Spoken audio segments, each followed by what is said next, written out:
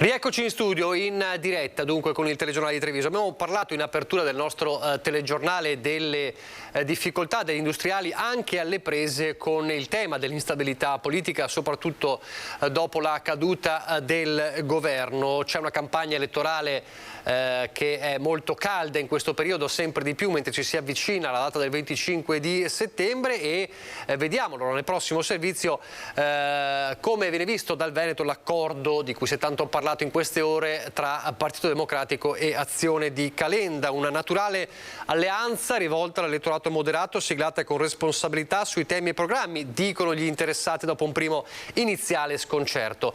Per Forza Italia invece un accordo che ci agevola, dice, i moderati non votano la sinistra. Sentiamo.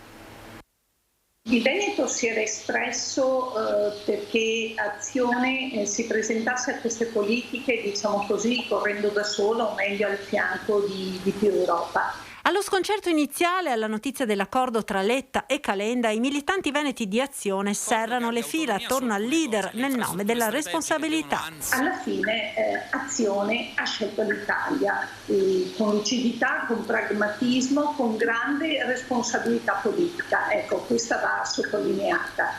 Come dice sempre Calenda, quando c'è da costruire si costruisce e quindi pur consci che la coalizione in qualche modo ci penalizza, ad esempio in termini di percentuali di voti a nostro favore, siamo certi che questa sia la scelta giusta in questo momento. E sottolineiamo a questi che sono i primi ad attaccarci che noi non abbiamo mai fatto alleanze con populisti e sovranisti. Ecco. Il nodo è quello dell'elettorato moderato che guarda con diffidenza alla sinistra così come alla destra e a chi ha tolto la fiducia al governo Draghi, con tensioni che hanno portato alla fuoriuscita di 3 ministri da Forza Italia, con 2, Gelmini e Carfagna, che hanno aderito ad Azione. Da osservatore esterno la cosa un po' mi dispiace, perché magari qualcuno aveva visto in Calenda magari colui che poteva cercare di organizzare un centro o qualcosa del genere. Ecco, la scelta di non andare da solo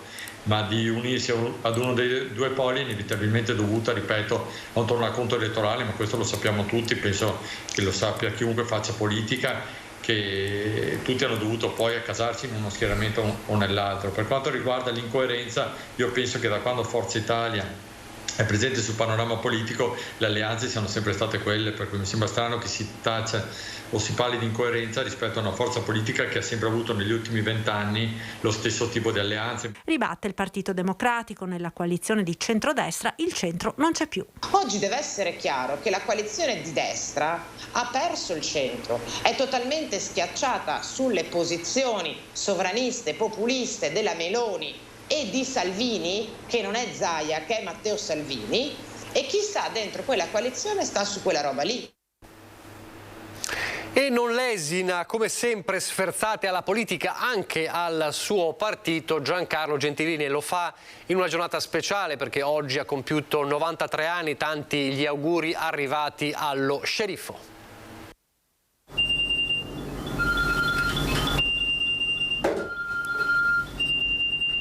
Sì?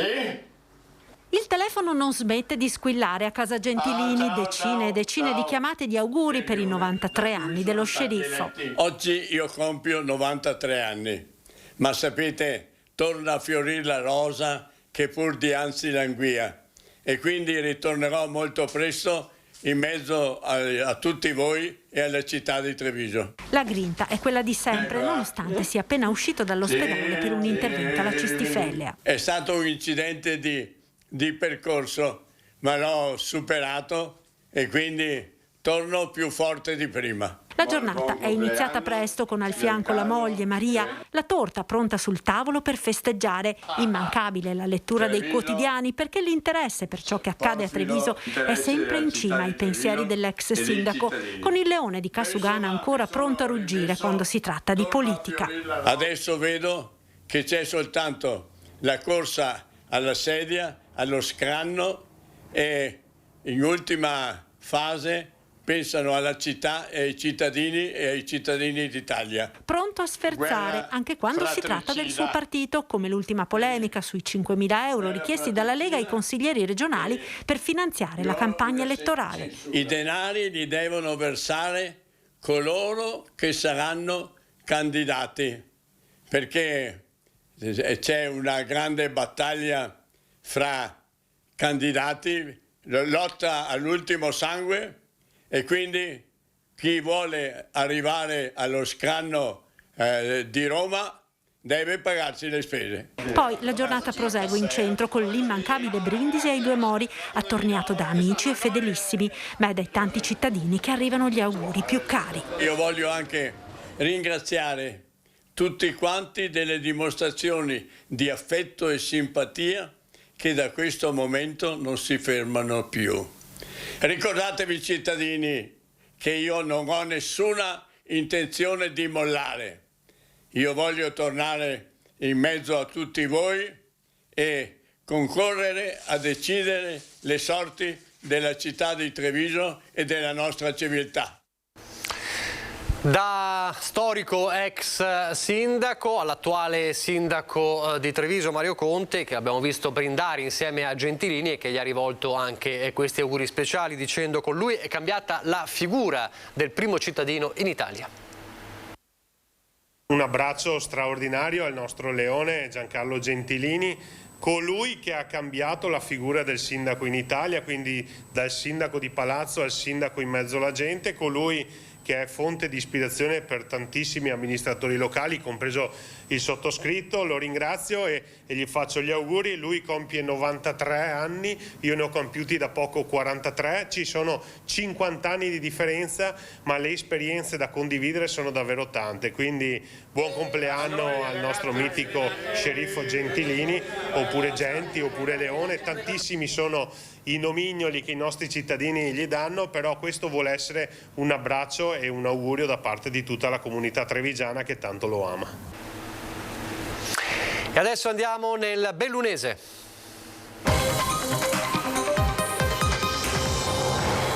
C'è un aggiornamento di cronaca in primo piano, parliamo della tragedia del bimbo morto nel Bellunese, perché c'è primo esito dell'autopsia sul corpo del piccolo di Longarone. È deceduto infatti per arresto cardiaco conseguente a una intossicazione. Il bimbo di 2 anni di Longarone è morto giovedì scorso all'ospedale di Pieve di Cadore, dove era stato trasportato d'urgenza dal padre. Lo conferma l'esito dell'autopsia condotta oggi dall'anatomopatologo Antonello Cirnelli, in attesa che l'indagine tossicologica faccia chiarezza sulla natura della sostanza ingerita dal bambino. Il sospetto degli investigatori è che si tratti addirittura di droga.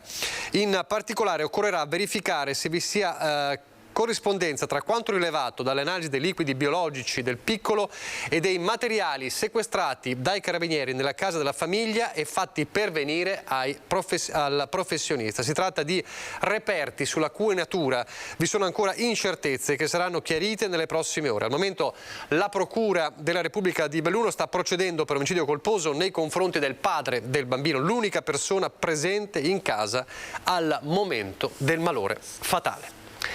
Un mese fa la tragedia della Marmolada. Ieri abbiamo rivissuto quelle immagini terribili alla vigilia di questa triste ricorrenza. Oggi siamo tornati al Passo Fedaria, dove l'aria è funesta, e non solo per il ricordo drammatico di quel maledetto giorno. C'è anche un turismo che vive grossissime difficoltà.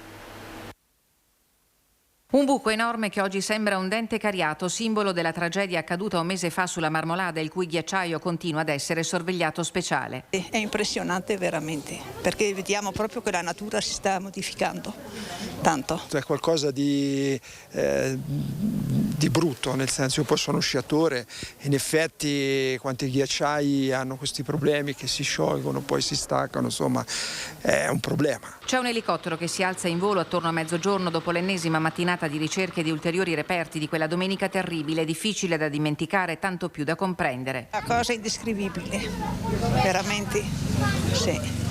Non so come potranno dimenticare una cosa del genere. L'attenzione resta massima. Il 17 luglio si è palesato un nuovo crepaccio sulla destra orografica del massiccio, della larghezza di circa 200 metri per uno spessore fra i 25 e i 35 metri, segnale che la distesa di ghiaccio resta instabile, perciò tutta l'area resta interdetta.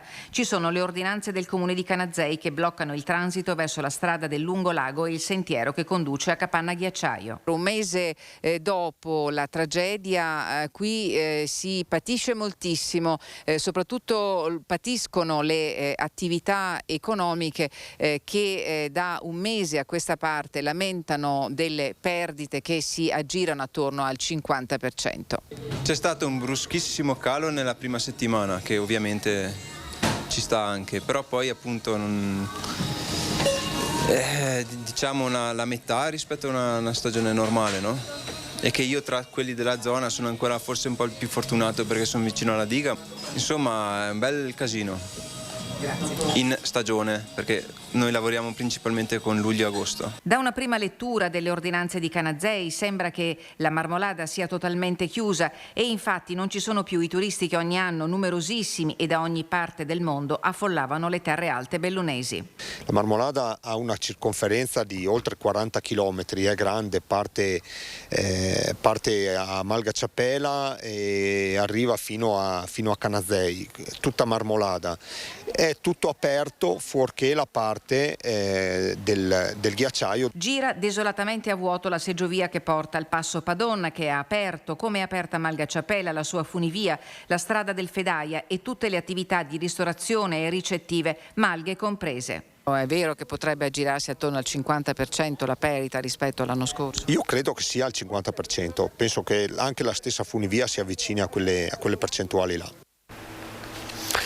Un lutto improvviso ha colpito il mondo sindacale bellunese. È morto questa mattina Paolo Dalan, storico esponente della UIL provinciale di cui è stato segretario anche fino al 2014.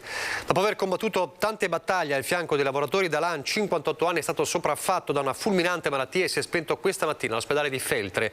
La notizia è rimbalzata a Ferrara, dove Dalan da tempo aveva assunto la guida della UIL provinciale. Scioccati i colleghi della UIL di Belluno, per i quali Paolo Dalan era stato sempre un punto di riferimento. Era un amico e un bravo sindacalista, al di là degli schieramenti diversi, ricordano commossi anche i colleghi della CGIL e della CISL di Belluno.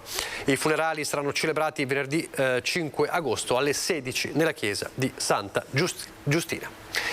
Ed ora torniamo a parlare del caso della cronoscalata Pedavena Croce Daune. Il Parco Nazionale Dolomiti Bellunesi si è preso un'altra settimana di tempo per decidere se concedere o meno l'autorizzazione allo svolgimento della gara internazionale quest'anno alla sua 39esima edizione. Frattanto si moltiplicano gli appelli bipartisan del mondo politico a favore della manifestazione.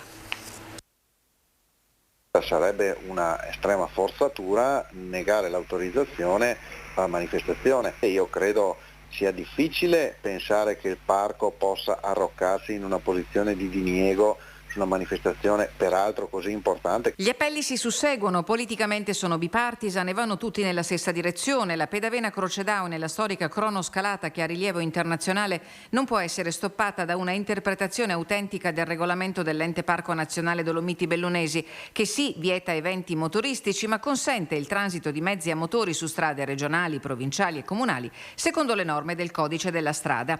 L'assessore regionale Bottacin interviene per sostenere lo svolgimento della cronoscalata, peraltro autorizzata e calendarizzata dalla Federazione Sportiva. Io mi auguro che il parco dia l'autorizzazione come è accaduto negli anni passati e come tutti i documenti che io ho visto confermano che non ci sarebbero problemi ad autorizzare. Bottacin ha preso carta e penna e ha inviato una nota dettagliata al Presidente e al Consiglio direttivo del Parco, che ha momentaneamente sospeso la sua decisione attesa già la scorsa settimana.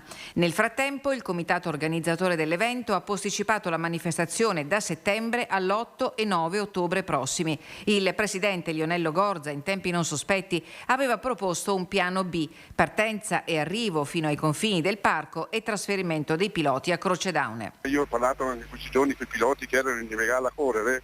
Il bello della gara è arrivare in cima, se no la facciamo un anno o due e dopo non si fa più, perché mi viene a perdere quell'interesse che negli anni ha sempre avuto. Proposta bocciata dunque dopo un'evidente sottovalutazione delle conseguenze di un regolamento stilato dal parco, cioè anche dai comuni che ricadono nei suoi confini, Pedavena compreso. Sicuramente c'è stata una lettura superficiale. La gara non è solamente l'evento turistico fine a se stesso, ma è veramente una manifestazione che il feltrino da sempre ama e la sente come una roba sua, cioè che va oltre anche il danno economico, è veramente una roba molto sentita. Quindi io spero veramente che ci sia una interpretazione giusta della norma, ecco. È tutto per questa edizione del Telegiornale di Treviso, vi lascio come sempre alle previsioni del tempo, grazie per averci seguito, arrivederci.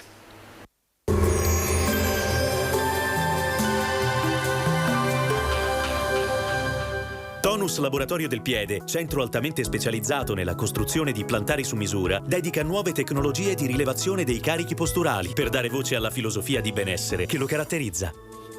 Bentrovati al meteo. L'Italia è alle prese con l'ennesima espansione dell'anticiclone africano, con una nuova fase calda, seppur meno estrema della precedente. Tempo sostanzialmente buono. Vediamo insieme il dettaglio. Sul Veneto la grafica di giovedì 4 agosto evidenzia una situazione tranquilla. Avremo tanto sole con cielo in pianura prevalentemente sereno. In montagna poco nuvoloso con possibili brevi rovesci temporaleschi nel corso del pomeriggio. Temperature in aumento, minime tra 18 e 24 gradi, massime invece comprese tra i 32 e i 36 gradi all'incirca. Spostiamoci ora sul Friuli Venezia Giulia, anche in questo caso sarà asciutto e stabile, con ampio soleggiamento e cielo limpido. Non sono attese piogge degne di nota. Temperature minime sui 22-24 gradi, massime intorno ai 32-34 gradi. Infine diamo uno sguardo alla situazione del Trentino Alto Adige, anche qui sarà soleggiato, non si esclude qualche isolato temporale pomeridiano. Temperature minime intorno ai 20 gradi, massime sui 35 all'incirca. Dal meteo di Antenna 3 per ora è tutto, grazie per l'attenzione, arrivederci.